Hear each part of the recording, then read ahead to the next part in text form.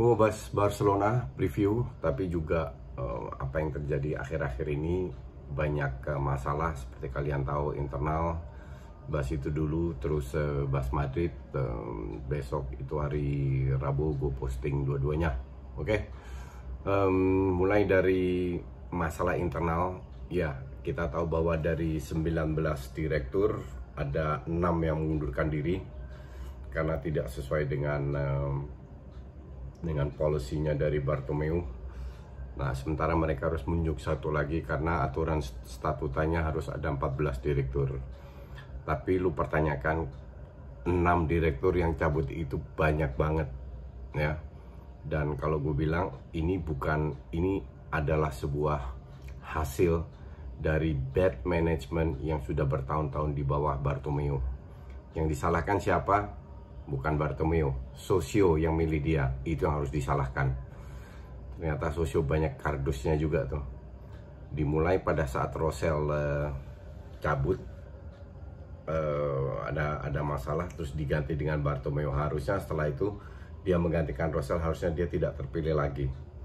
Tapi ya Sosio blow on itu milih dia karena menang, nggak ngelihat filosofinya, nggak ngelihat apa, dan menghasilkan duit. Tujuan Rosell adalah menghapus semua identitas yang diberikan oleh Laporte di bawah Pep. Maka dari itu Pep juga cabut. Jadi jangan heran kalau Pep cabut, karena dia sudah melihat menghapus semuanya. Dan kelihatan setelah Pep cabut bergantian pelatih dari Enrique, Tata Martino, Villanova sedikit,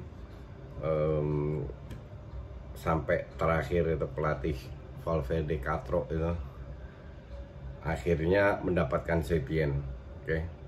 Dan memang dari 1 tahun terakhir sudah kelihatan bahwa Bartomeu ini merasa arahnya sudah salah. Pelan-pelan Johan Cruyff dikasih nama di stadionnya, pelan-pelan mulai merangkul lagi orang-orangnya Cruyff. Maka dari itu permainan Setien itu Cruyff banget. Bartomeu tahu. Maka dari itu itulah salah satu alasan kenapa Setien masuk.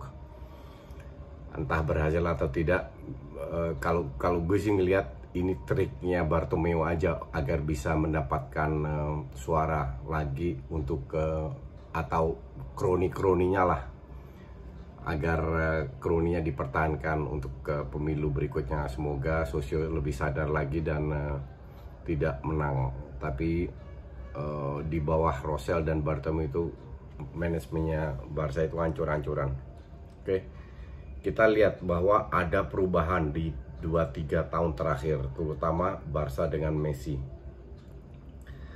Kita semua harus beruntung bahwa kita dapat menyaksikan Messi bermain. Ini fenomena yang luar biasa dan mungkin tidak akan ada lagi seorang Messi di lapangan. Oke. Tidak sebagai leader, karena gue udah berkali-kali bilang Messi untuk gue bukan leader.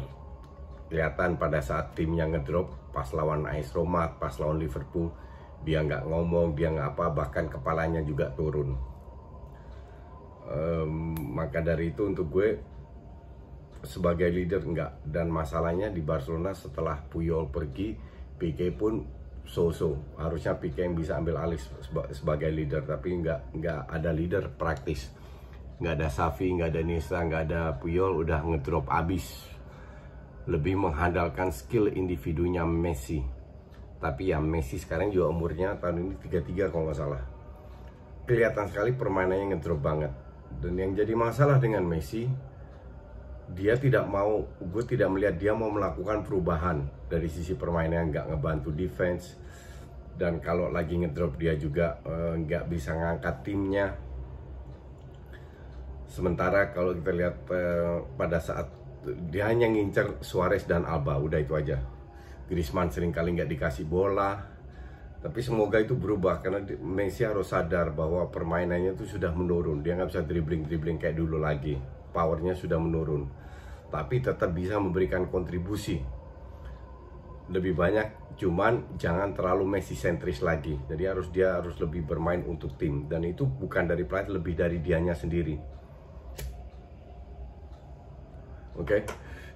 Jadi untuk gue, kalau itu Messi bisa lakukan, dia masih bisa berkontribusi 2-3 tahun ke depan. Tapi kalau dia masih terlalu egosentris. Kalau gue bilang jual aja lah, nggak ada gunanya juga. Mending bangun tim baru, pelatih baru, bangun tim baru dengan pemain-pemain baru, kembali ke eranya Pep pada saat dia ambil alih.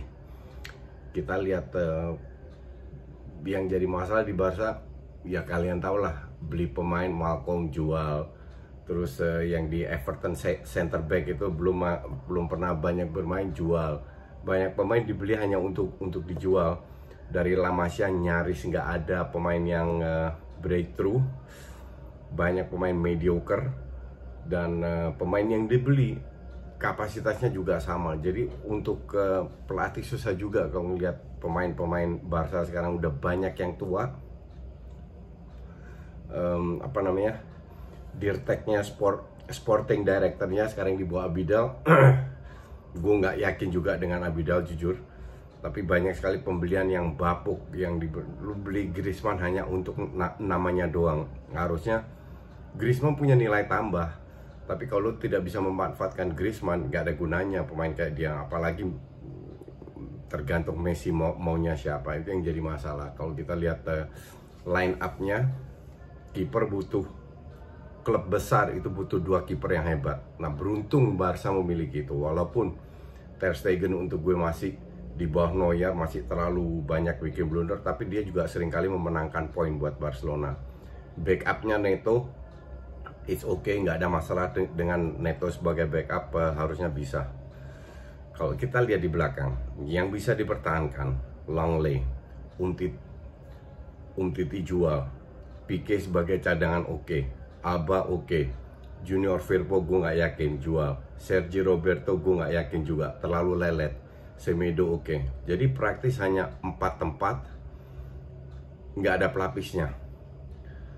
4 tempat untuk klub sebesar Barca yang tiap tahun dapat tekanan untuk menang di 3 kompetisi besar, ya, treble, itu harus punya pelapis yang memadai. Jadi minimal Barca harus beli 1 center back. Kalau Firpo dijual 1 back kiri, kalau Sergi dijual tambah Sergi, kalau enggak Sergi sebagai pelapis Semedo masih bisa dipertahankan. Semedo dengan atau beli 2 center back lagi, it's very important. Center back seperti apa? Center back yang bisa ikut membantu serangan, yang kuat dengan bola atas yang speed, kayak Langley lah. Laporte sih cocok kalau gue bilang. Koulibaly nggak cocok karena Koulibaly itu hanya kuat dengan pegang bola doang, man to man, tapi crossing passingnya hancur. Upamecano ya so-so. Skriniar, Stefan de Vrij mungkin lebih cocok daripada Koulibaly. Tapi sebenarnya kalau center back sih cukup banyak pilihan. Oke. Itu center back kita jadi harus minimal beli 3 pemain belakang, 2 center back, 1 back kiri, pelapisnya Alba. Kita ke tengah. Nah, kalau lu lihat tengah ini benar-benar menyedihkan, karena praktis hanya Arthur doang yang kreatif, dan itu nyaris nggak dimainkan lagi. Ya berkat feeling gue sih karena peran dari Messi juga, karena dia ingin menguasai lini tengah lah, walaupun dia dari kanan. Nah, Busquets udah nggak bisa ngikutin lagi, terlalu lambat, udah jelas-jelas ngedrop banget. Walaupun dia sekarang lebih menyerang, tapi dari sisi speed untuk counter dia udah nggak bisa ngikutin lagi. Mungkin sebagai cadangan sekali-sekali. De Jong masih oke, Arthur oke, Rakitic jual, Vidal jual, Ricky Puig oke. Praktis itu aja yang dimiliki.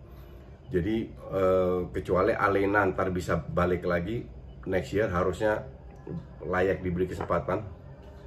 Minimal kalau gue bilang itu mendatangkan lagi siapa namanya, Coutinho, karena Coutinho salah satu pemain yang cukup kreatif. At least ada 1 pemain kalau gue bilang kedepannya main dengan 2 attacking midfield, entah itu Arthur Messi atau Coutinho Messi, di belakangnya Frenkie de Jong sebagai DM. Dan Frenkie de Jong nggak masalah untuk bermain sebagai DM. Riqui Puig masih terlalu muda, 20 tahun, sekali-sekali bisa diberi kesempatan. Alena bisa menjadi backup juga. Oke.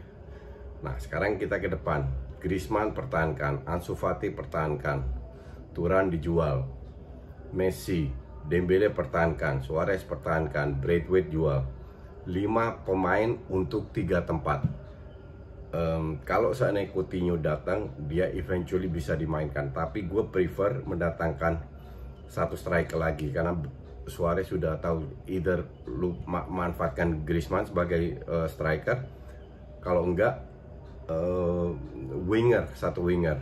Sancho sangat cocok, bisa diberi kesempatan, tapi kalau terlalu mahal 110, gue bilang sih terlalu mahal untuk Sancho, mending nggak usah.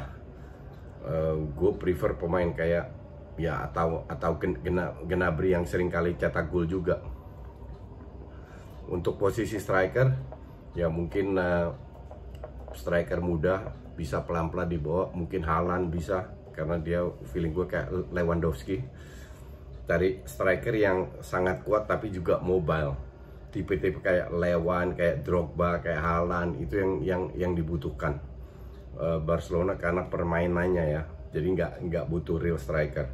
Nah, kira-kira itu pemain itu yang harus didatangkan, pemain kreatif, winger kanan, 2 center back, agar musim depan bisa lebih bersaing lagi ke di 3 kompetisi. Karena gue tetap percaya dengan Setien, dengan strategi yang dia terapkan, tapi dia juga butuh pemain yang cocok dengan gaya bermainnya dia. Dan semoga yang paling penting adalah Messi lebih mau bermain dengan semua pemain, nggak cuma ngincar teman-temannya doang, karena itu merugikan Barca. Kalau Messi lagi on fire, iya oke. Tapi dari 8 match terakhir dia cuma cetak 4 gol, dan itu 4 gol dalam 1 match. Dan itu tidak menguntungkan Barca.